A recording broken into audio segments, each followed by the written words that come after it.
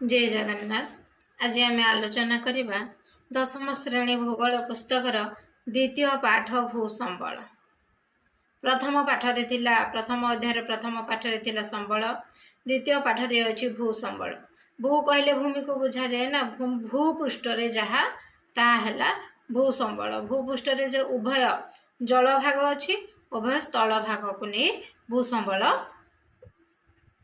गठित हैला। भूसंबलर विनियोग विषय आलोचना करिबा। आमे माने भूमि उपरे वास करि थाउ। जानि आमे भूमि उपरे ही वास करि, मनुष्य हो किंबा पशु पक्षी जैवमंडल आम भूपृष्ठ रे ही वास करि थाउ। आमर समस्त प्रकार सामाजिक अर्थनैतिक कार्यकलाप एहा उपरे कार्यकारिता करा जाय थाए। तो विभिन्न आवश्यकता पूरण करने आमे भूमि को व्यवहार करूँ। भूमि को एक मौलिक प्राकृतिक संबल ओ प्रकृतिर एक अमूल्य दान भाव में विचार कर भूमि को है नहीं। भूसंबलर विनियोग केमिति करबा, निहात केमिति करबा से विषय आमे आलोचना करबा। भूमि प्रकृतिर समस्त परिसंस्था रे थिबा समग्र जीव जगतर भार बहन करि थाए एवं मनुष्य भूमि को विभिन्न भाव में व्यवहार करि थाए। देख कौन रहा, मनुष्य जेहेतु भूमि प्रकृतिर समस्त परिसंस्था रे थिबा समग्र जीव जगतर भार बहन करिछि भूमि। किए जीव जगतर भार बहन कला माटी एवं मनुष्य भूमि को विभिन्न भाव में व्यवहार कला। कौन कौन केमिति व्यवहार कला देख आमे देखिबा, एबे आलोचना करिबा। एहा मनुष्य को खाद्य, वस्त्र, बासगृह इत्यादि मौलिक आवश्यकता जगाई थाए, है ना नहीं। भूमि आम ये जो माटी ही आमको कौन करथिला, खाद्य जगैला, वस्त्र जगैला, बासगृह जगैला। ता सहित ग नंबर कौन रहिला, भूमि रे विभिन्न प्रकार कृषि कार्य करा जाय, खाद्य शस्य उत्पादन करा जाय थाए। घरे कौन हैला, ग्राम सहर विभिन्न शिल्प क्षेत्र, शिक्षा, स्वास्थ्य बजार, प्रशासनिक अनुष्ठान इत्यादि स्थापित मध्य कराला। घरे रहिला कौन विभिन्न प्रकार रास्ता घाट, रेलपथ, उड़ाजाहाज पड़िया, सामुद्रिक बंदर, नदी बंधर, केनाल इत्यादि परिवहन माध्यम निर्माण करा जाय थाए। संवाद और संचालन केन्द्र मध्य स्थापित करा जाय थाए। उहरे कौन रहिला, भूमिर उपरी भागरु ओ अभ्यंतर विभिन्न प्रकार खनिज द्रव्य उत्तोलन करी कंचामाल भाव में शिल्प केन्द्र मान को जगै दिया जाय थाए। चरे कौन रहिला, भूपृष्ठ रे थिबा अरण्य और तृणभूमि एवं एथिरे बास करुथिबा प्राणी मनुष्यर विभिन्न आवश्यकता पूरण करने संगे संगे एक अनुकूल परिसंस्था सृष्टि करी विश्व जलवायु को मध्य नियंत्रण करि थाए भूमि हैला। एबे आमे आलोचना करिबा भूसंबलर प्रकार भेद। भूसंबलर प्रकार भेद कौन कौन, भूपृष्ठ रे विभिन्न प्रकार भूसंबल देखा जाय थाए। आम भूपृष्ठ बहुत प्रकार संबल देखागला, सेगुड़िक है भूपृष्ठ उभय जल भाग स्थल भाग को नहीं गठित। तो भूपृष्ठर समुदाय आयतन शतकड़ा 29 भाग है आमर स्थल भाग, 21 भाग है जल भाग बेसी है ना नहीं। उच्चा भच्च दृष्टि समुद्र उत्तोलन ठारू स्थल भागर उच्चता अनुसार भूभाग को 3 भाग में विभक्त करागला। अधिक उच्चता विशिष्ट तीख ढालू श्रृंग विशिष्ट पर्वत्य भूमि एवं मध्यम उच्चता विशिष्ट समोच्च मालभूमि, उपकूलवर्ती समतल भूमि एभली भाव में विभक्त करागला। यह व्यतीत समुद्र, ह्रद, द्वीप जो भूसंबल अंतर्भुक्त है। भारतर समुदाय भूसंबल आयतन होउछि 32,87,000 वर्ग किलोमीटर। मन रखि था, भारतर समुदाय भूसंबलर आयतन केते एमती क्वेश्चन रे भी आसी थाए। तो केते हेबो 32,87,000 बुझेला, 32,87,000 किलोमीटर। यार प्राय शतकड़ा 43 भाग समतल भूमि और 30 भाग पार्वत्य भूमि एवं शतकड़ा 27 भाग मालभूमि अंतर्भुक्त। केते केते भाग रे अंतर्भुक्त अछि ताहा मध्ये आलोचना आमे जानिबा। एवं गंगा और ब्रह्मपुत्र नदीर समतल भूमि एवं पूर्व पश्चिमस्थ समुद्र उपकूलवर्ती समतल भूमि छोट नागपुर मालभूमि, दाक्षिणात्य मालभूमि, मालव मालभूमि, रेवा मालभूमि इत्यादि मालभूमि यही हिमालय, विंध्य, आरवली, पूर्व पश्चिम घाट इत्यादि पार्वत्य भूमि अंचल प्रकार भूसमूलर उदाहरण होता है। तो समतल भूमि कृषि, शिल्प, जनबसति इत्यादि सुविधा जगै दिया। पार्वत्य भूमि जल उत्स, पर्यटन, परिवेशक संतुलन इत्यादि कार्य साधन मध्य करिथाय। मालभूमि गुड़िक खनिज संबल, कोयला, अरण्य, वन्य प्राणी प्रभृति विभिन्न सबलर गंताघर रही है। पहाड़, पर्वत और मालभूमिर पृष्ठमृत्तिका स्तर पतला एवं पथुरिया और तार जलधारणा क्षमता मध्य कम रही है। एणु ए सबु अंचल कृषि कार्य लाभजनक होई न थाए। मात्र समतल भूमिर मृत्तिका उर्वर होइथिबारु कृषि कार्य अधिक लाभजनक मध्य होइथाए। भू उच्चावच और जलवायुर प्रभाव जोगु भारतर समुदाय भूभागर प्राय 55% भागरे कृषि कार्य करा जाए। यह समग्र पृथ्वीर हाराहारी कृषि भूमिर 100% हार अपेक्षा यथेष्ट अधिक। पृथ्वी रे यह प्राय 11% भाग बुझेला। एवं एबे आमे देखिबा आलोचना करिबा भू व्यवहार। भूर व्यवहार केमिति करा जिवो निम्नलिखित भू व्यवहार देख कौन कौन भू व्यवहार रहिला। अरण्य और कृषि निमित्त मिलु नथिबा भूमि बुझेला। तापर अरण्य पतित और व्यवहृत भूमि फरे कौन रहिला अणकृषि भूमि। जत अणकृषि कौन कौन रहिला गृह, अनुष्ठान, रास्ताघाट, शिल्प इत्यादि जेन गुड़िक कृषि कार्य करा जिवो नाही। 3 नंबर कौन रहिला 3 नंबर रहिला अन्य 3 नंबर रहिला अन्य अणकृषि भूमि जेनटा कि अनाबादी जमी बोली कहा जाए। स्थायी गोचर चारण भूमि से उदाहरण जीव। तापर फल बगीचा बहुत जमी से एथरे मध्य जीव बुझेला। एवं गरे कौन रहिला कृषि योग्य पतित भूमि। कौन कृषि योग्य पतित भूमि कौन गला जेनटा कि कृषि कार्य करे 5 वर्ष धरी कृषि कार्य करा न जाइथिबा भूमि ताको कृषि योग्य पतित भूमि बोली कहा गला। ता सहित 4 नंबर अनाबादी भूमि जेनटा अनाबादी जगह बोली कहा जाए। तो अनाबादी जगह करे कौन रहिला चलित अनाबादी 1 वर्ष किंबा ता ठारू कम समय किंबा कृषि करा जा नथिबा भूमि को अनाबादी। एवं खरे चलित अनाबादी व्यतीत अन्य अनाबादी भूमि 1 वर्ष किंबा 5 वर्ष बहुत जमी ताको अनाबादी। तो कौन मनुष्य तार जीवन यापन भू संबल को विभिन्न भाव में व्यवहार करें जहाँकि बसती स्थापन, कृषि कार्य, पशुपालन, गमनागमन, परिवहन पथ निर्माण, नवीकरण, खनिज उत्तोलन, कल कारखाना स्थापन, ता सहित बजार वाणिज्य केन्द्र स्थापन इत्यादि कार्य निमित्त मनुष्य भू संबल को व्यवहार करें। भू व्यवहार बोली कहा जाए बुझेला। भू व्यवहार कहले कौन बुझ अलरेडी तुम मैंने जानथ। देख अधिकांश मनुष्य ही अधिकांश ये भू व्यवहार ही संबल उत्पादन करि थाए। तो जेन माने नथिला बाला थिला बाला जेन माने धर जदि पानी रे जेन माने से माने रिसर्च माने से मान को अलगा। तो भू संबल व्यवहार साधारणतः 2 प्रकार अवस्था उपरे निर्भर करि थाए हला। प्रथमटी होचे प्राकृतिक अवस्था, मानवीय अवस्था। कौन कौन प्राकृतिक अवस्था एवं मानवीय अवस्था कहले कौन बुझ आम एवं आलोचना करवा। प्राकृतिक अवस्था देख प्राकृतिक भू प्रकृति, मृत्तिका, उद्भिद, जलवायु, खनिज पदार्थ, जल इत्यादि प्राकृतिक अवस्था। एवं जनसंख्यार घनत्व, शिक्षा, वैषयिक ज्ञान, प्रयोगात्मक कौशल इत्यादि मानवीय अवस्थार अंतर्गत। यही अवस्था गुड़िक विभिन्न अंचल विभिन्न प्रकार होता है। तेणु ए विभिन्न अंचल भिन्न भिन्न भाव में भू संबल को व्यवहार करा जाए। भारत में भू व्यवहार भू व्यवहार कौन अच्छी।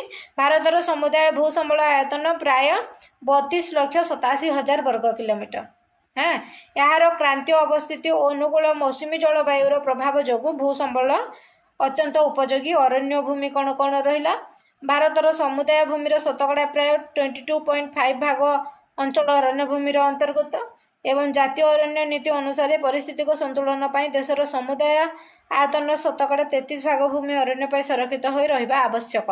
हाँ एथिर 60% भाग पार्वत्य अंचल एवं 20% भाग समतल अंचल रहा आवश्यक। मात्र भारतर द्रुत जनसंख्या वृद्धि जोगु कृषि भूमि जनबसती ପାଇଁ ଅଧିକ ଭୂମିର ଆବଶ୍ୟକତା ପଡ଼ୁଛି। ଏହାର ଅନନ୍ୟ ଭୂମିର ପରିମାଣକୁ ହ୍ରାସ କରିଦେଉଛି। ଏହା ଫଳରେ ଜଳବାୟୁରେ ପରିବର୍ତ୍ତନ, ବୃଷ୍ଟିପାତରେ ଅନିୟମିତତା, ତାପମାତ୍ରାରେ ବୃଦ୍ଧି, ବାରମ୍ବାର ବାତାବର୍ତ୍ତ ଇତ୍ୟାଦି ପରିଲକ୍ଷିତ ଦେଖାଯାଉଛି। ହେଲା, ଭାରତର ସମୁଦାୟ ଭୂସମ୍ବଳର ପରିମାଣ ସମଗ୍ର ପୃଥିବୀର ଭୂସମ୍ବଳ ପରିମାଣର ପ୍ରାୟ ଶତକଡ଼ା 2.4 ଭାଗ ଏବଂ ଜନସଂଖ୍ୟାର ପ୍ରାୟ ଶତକଡ଼ା 16 ଭାଗ।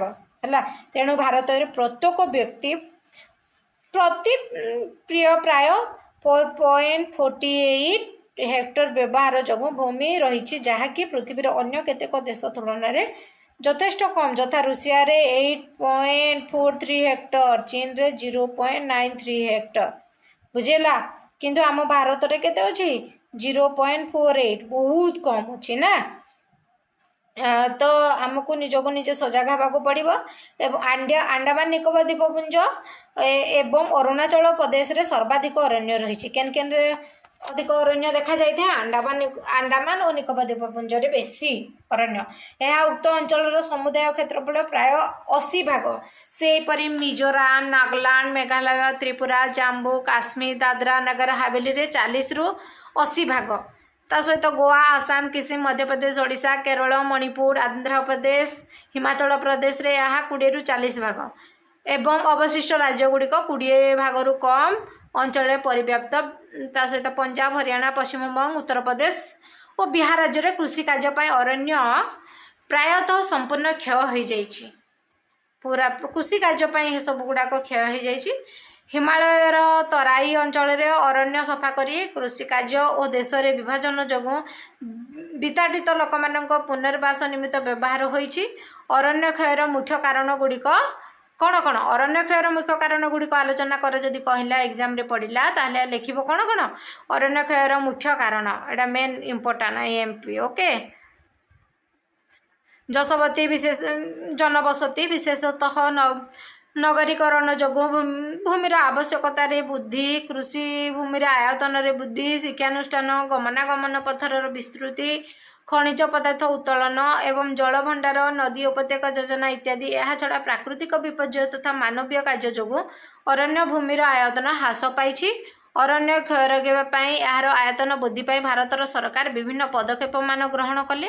ସେଗୁଡ଼ିକ ମଧ୍ୟରେ ସାମାଜିକ ନବୀକରଣ, କୃଷି କ୍ଷେତ୍ରୀୟ ନବୀକରଣ, ତା ସହିତ ପୁନଃ ନବୀକରଣ, ଅରଣ୍ୟ ସଂରକ୍ଷଣ, ଜଳଛାୟା ନିର୍ମାଣ ଇତ୍ୟାଦି ବ୍ୟବସ୍ଥା ଗୁଡ଼ିକ ମୁଖ୍ୟ। ଚାରଣ ଗୋଚାରଣ ଭୂମି ବିଷୟରେ ଏବେ ଆଲୋଚନା କରିବା। ଭାରତର ସମୁଦାୟ କ୍ଷେତ୍ରଫଳ ଶତକଡ଼ା ପ୍ରାୟ 4 ଭାଗ ଭୂମି ଚାରଣ ଗୋଚାରଣ ଭୂମି ଭାବରେ ବ୍ୟବହୃତ ହୋଇଛି। ମାତ୍ର ଦେଖିବାକୁ ଗଲେ ଭାରତରେ ନିର୍ଦ୍ଦିଷ୍ଟ ଭାବରେ ସେପରି କୌଣସି ଚାରଣ କିମ୍ବା ଗୋଚାରଣ ଭୂମି ନାହିଁ। ଅନେକ ସମୟରେ ଅରଣ୍ୟ କିମ୍ବା କୃଷି ଭୂମିକୁ ଚାରଣ ଭୂମି ଭାବରେ ବ୍ୟବହାର କରାଯାଇଥାଏ। ବୁଝିଲା, ଗ୍ରାମମାନଙ୍କ ପୂର୍ବରୁ ଥିବା ଅନେକ ଗୋଚାରଣ ଭୂମି କ୍ରମେ ଗୃହ, ବିଭିନ୍ନ ଶିକ୍ଷା, ସ୍ୱାସ୍ଥ୍ୟ, ତା ସହିତ ଅନ୍ୟାନ୍ୟ ଅନୁଷ୍ଠାନ ଭିତ୍ତିକ ବ୍ୟବହୃତ ହୋଇଛି।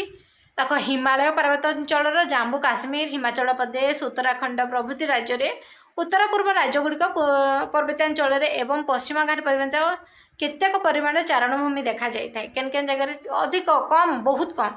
ଏସବୁ କ୍ଷେତ୍ରରେ ପଶୁପାଳନକୁ ଅଧିକ ଗୁରୁତ୍ୱ ଦିଆଯାଇଥାଏ। କେନ୍ କେନ୍ ଜାଗାରେ ପଶୁପାଳନକୁ ଅଧିକ ଗୁରୁତ୍ୱ ଦିଆଗଲା? ଜାମ୍ମୁ କାଶ୍ମୀର, ହିମାଚଳ ପ୍ରଦେଶ, ଉତ୍ତରାଖଣ୍ଡ ଏସବୁ ସବୁ। କାହିଁକି ନା ଭାରତର ହିମାଚଳ ପ୍ରଦେଶରେ ସର୍ବାଧିକ ଚାରଣ ଭୂମି ଦେଖାଯାଏ। କେନ୍ ଭାରତର କେନ୍ ଜାଗାରେ ବେଶୀ ଚାରଣ ଭୂମି ଅଛି? ତ ହିମାଚଳ ପ୍ରଦେଶରେ। ହେଲା, ଏଠାରେ ମୁଖ୍ୟତଃ ପଶୁପାଳନ, ତେଣୁକରି ଚାରଣ ଭୂମି ଥିବାରୁ ଏଠାରେ କ'ଣ ପଶୁପାଳନ ବେଶୀ କରାଯାଏ। ବୁଝିଲା, ତା ସହିତ କୃଷି ଭୂମି ବିଷୟରେ ଏବେ ଆମେ ଦେଖିବା। କୃଷି ଭୂମି କହିଲେ ଦେଖ, ଭାରତର ସମୁଦାୟ ଜନସଂଖ୍ୟା ପ୍ରାୟ 2/3 ଲୋକ ପ୍ରତ୍ୟକ୍ଷ ପରୋକ୍ଷ ଭାବେ କୃଷି ଓ କୃଷିଭିତ୍ତିକ ବିଭିନ୍ନ କାର୍ଯ୍ୟ ଉପରେ ନିର୍ଭରଶୀଳ। ଦେଶର ସମୁଦାୟ କ୍ଷେତ୍ରଫଳ ପ୍ରାୟ ଅର୍ଦ୍ଧାଧିକ ଭୂମି ବିଭିନ୍ନ ପ୍ରକାର ଖାଦ୍ୟଶସ୍ୟ, ଅର୍ଥକାରୀ ଫସଲ, ତା ସହିତ ତେଳବୀଜ, ପନିପରିବା, ଫଳ, ଫୁଲ ପ୍ରଭୃତି ଉତ୍ପାଦନ କରିବାରେ ମଧ୍ୟ ବ୍ୟବହୃତ ହୋଇଥାଏ। ଏହା ପୃଥିବୀର ଅନ୍ୟାନ୍ୟ ଦେଶଗୁଡ଼ିକ ତୁଳନାରେ ଯଥେଷ୍ଟ ଅଧିକ ହେଲେ ଦ୍ରୁତ ଜନସଂଖ୍ୟା ବୃଦ୍ଧି ଯୋଗୁଁ ମୁଣ୍ଡ ପିଛା ଚାଷ ଜମି କ୍ରମଶଃ ହ୍ରାସ ପାଇବାରେ ଲାଗିଛି। ପୃଥିବୀର ସମୁଦାୟ ଚାଷ ଜମିର ଆୟତନ ଏହାର ସମୁଦାୟ କ୍ଷେତ୍ରଫଳର ଶତକଡ଼ା 32 ଭାଗ। ମାତ୍ର ଏହା ଭାରତରେ ପ୍ରାୟ ଶତକଡ଼ା 46ରୁ 66 ଭାଗ। ସ୍ୱାଧୀନତା ପ୍ରାପ୍ତି ପରେ ସମୁଦାୟ ଚାଷ ଜମିର ପରିମାଣରେ ବୃଦ୍ଧି ପରିଲକ୍ଷିତ ହୋଇଛି। 1950ରୁ 51 ଏହା ପ୍ରାୟ 118.75 ନ୍ୟୁତ ହେକ୍ଟର ଥିଲା ବେଳେ ବୃଦ୍ଧି ପାଇ 2011-12ରେ 187.56 ନ୍ୟୁଟ ହେକ୍ଟର ହେଇଯାଇଛି। ବୁଝିଲା, ଭାରତରେ ବହୁତ ସାରା ହେଇଯାଇଛି। ଏବଂ ଭାରତରେ କୃଷି କାର୍ଯ୍ୟ ପାଇଁ ଗଙ୍ଗା, ବ୍ରହ୍ମପୁତ୍ର, ମହାନଦୀ, ଗୋଦାବରୀ, କୃଷ୍ଣା, କାବେରୀ, ନର୍ମଦା, ତା ସହିତ ତାପ୍ତି ପ୍ରଭୃତି ନଦୀ ଓ ସେଗୁଡ଼ିକର ଉପନଦୀର ଉପତ୍ୟକା ଗୁଡ଼ିକରେ ଏବଂ ପୂର୍ବ ପଶ୍ଚିମସ୍ଥ ସମୁଦ୍ର ଉପକୂଳବର୍ତ୍ତୀ ସମତଳ କ୍ଷେତ୍ରରେ କୃଷି କାର୍ଯ୍ୟ ସାଧିତ ପରିମାଣରେ କରାଯାଇଥାଏ। କାରଣ ଏହି ଅଞ୍ଚଳ ଗୁଡ଼ିକ ଉର୍ବର ପଟୁମାଟି ଦ୍ୱାରା ଗଠିତ। ତା ସହିତ ଗୁଜରାଟ, ମହାରାଷ୍ଟ୍ର ପ୍ରଭୃତି ରାଜ୍ୟର ଲାଭଜନିତ ମାଳଭୂମିରେ ମଧ୍ୟ କୃଷି କାର୍ଯ୍ୟ କରାଯାଏ। ନଦୀ ପ୍ଲାବନ ଭୂମି, ତ୍ରିକୋଣଭୂମି ଅଞ୍ଚଳରେ ବିଶେଷ ଭାବରେ କୃଷି କାର୍ଯ୍ୟ କରାଯାଏ। ପାର୍ବତ୍ୟ ଢାଳୁ ଓ ମାଳଭୂମି ହେଲା ଅଞ୍ଚଳରେ ଶୁଷ୍କ କୃଷି, ସୋପାନ କୃଷି, ରୋପଣ କୃଷି ଇତ୍ୟାଦି କରାଯାଇଥାଏ। ଓଡ଼ିଶା, ଆସାମ, ଛତିଶଗଡ଼ ଇତ୍ୟାଦି ଅଞ୍ଚଳରେ ମଧ୍ୟ ପାର୍ବତ୍ୟାଞ୍ଚଳ ଅରଣ୍ୟ କାଟି ପୋଡ଼ି ବା ପୋଡ଼ୁ ଚାଷ ବା ଝୁମ୍ ସ୍ଥାନାନ୍ତରିତ ମଧ୍ୟ କରାଯାଇଥାଏ। ତା ସହିତ ଆମେ ନେକ୍ସଟ କ୍ଲାସରେ ଆଲୋଚନା କରିବା କୃଷି ଅଲଭ୍ୟ ଭୂମି। କୃଷି ଅଲଭ୍ୟ ଭୂମି ବିଷୟରେ ଆମେ ନେକ୍ସଟ କ୍ଲାସରେ ଦେଖିବା। ନା ସାରିଦେବା କିରେ? ନା ସାରିଦେବା, ବିଷୟଟା ସାରିଦେବା।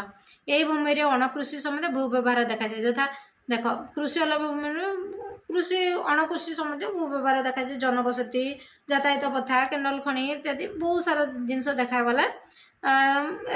ପାହାଡ଼, ମରୁଭୂମି, ଜଳଭୂମି, ନଦୀଖଣ୍ଡ ମଧ୍ୟ ଥାଏ।